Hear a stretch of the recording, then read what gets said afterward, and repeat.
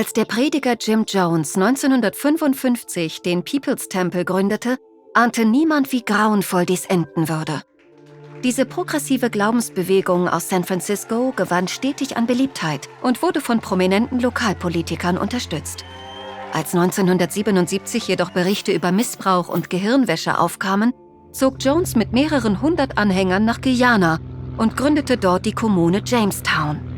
Die als utopisches Paradies angepriesene Kolonie glich allerdings eher einem Gefangenenlager. Als eine Delegation des US-Kongresses die Bedingungen vor Ort untersuchen wollte, führte Jones seinen finalen Plan aus. Am 18. November 1978 starben 909 Männer, Frauen und Kinder, die man dazu gezwungen hatte, vergiftete Limonade zu trinken.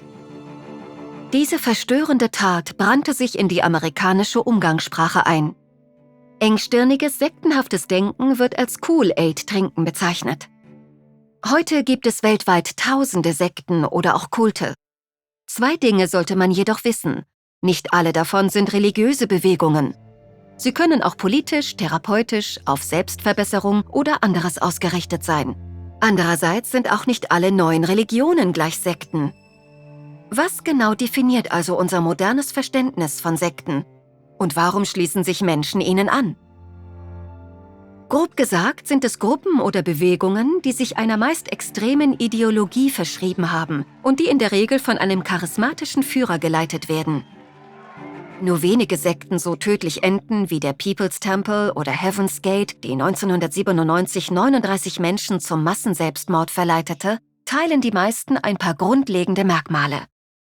Eine typische Sekte verlangt von Mitgliedern ein hohes Maß an Engagement und hat eine strenge Hierarchie, welche die inneren Abläufe vor ahnungslosen Anhängern und neuen Rekruten verbirgt. Sie behauptet, Antworten auf die großen Fragen des Lebens zu geben, mitsamt des Rezepts für die erforderliche Veränderung, um Neumitglieder in wahre Gläubige zu verwandeln. Vor allem aber macht sie ihre Anhänger mit formellen und informellen Einfluss- und Kontrollmechanismen gefügig, die wenig Raum für Widerspruch und externe Kontrolle lassen. Du fragst dich sicher, ob Teile dieser Beschreibung auch auf etablierte Religionen zutreffen. Ursprünglich bezeichnete der Begriff Kultus Menschen, die Götter verehrten, indem sie Rituale durchführten und diesen Tempel widmeten. Im Laufe der Zeit wurde er aber zu einer Bezeichnung für übermäßige Hingabe. Viele Religionen begannen als Kulte, integrierten sich aber mit der Zeit in die Gesamtgesellschaft. Eine moderne Sekte hingegen grenzt ihre Mitglieder von anderen ab. Anstatt ihnen aufzuzeigen, wie sie ein besseres Leben führen können, will eine Sekte sie unmittelbar kontrollieren. Von ihren Beziehungen bis hin zu ihren Finanzen und ihrer Wohnsituation. Sekten verlangen zudem Gehorsam gegenüber ihrem Anführer.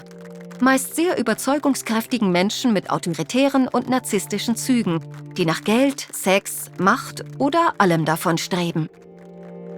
Die ersten Anhänger werden noch durch das charismatische Auftreten des Führers angezogen. Aber die Ausweitung der Sekte funktioniert wie ein Schneeballsystem, bei dem ältere Mitglieder neue rekrutieren. Sekten kennen ihre Zielpersonen genau und konzentrieren sich oft auf Menschen, die neu zugezogen sind oder die kürzlich einen persönlichen oder beruflichen Verlust erlitten haben. Einsamkeit und die Suche nach Sinn machen empfänglich für freundliche Menschen, die Gemeinschaft anbieten. Die Anwerbung erfolgt oft sehr subtil und es kann Monate dauern, bis eine Beziehung aufgebaut ist.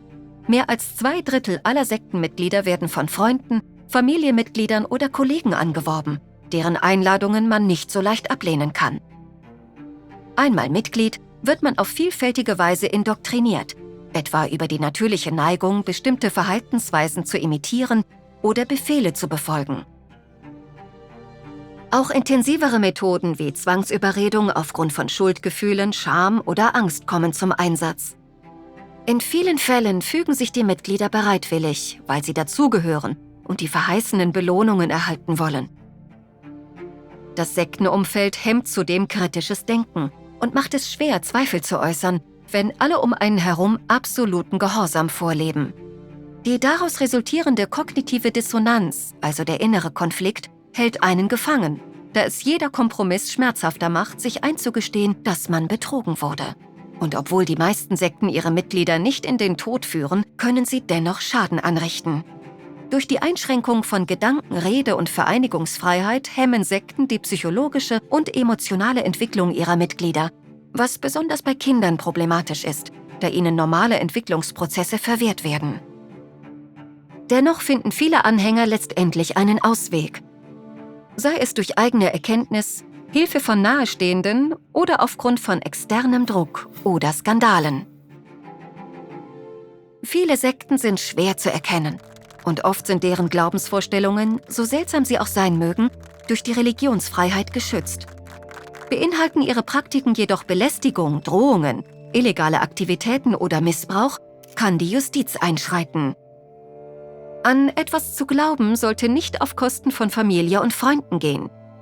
Wenn dir jemand sagt, dass du deine Beziehungen oder deine Moralvorstellungen für ein höheres Ziel opfern sollst, will man dich vermutlich nur ausnutzen.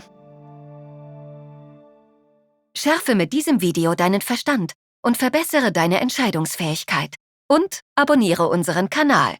Auf diese Weise verpasst du nie die Gelegenheit, etwas Neues zu lernen.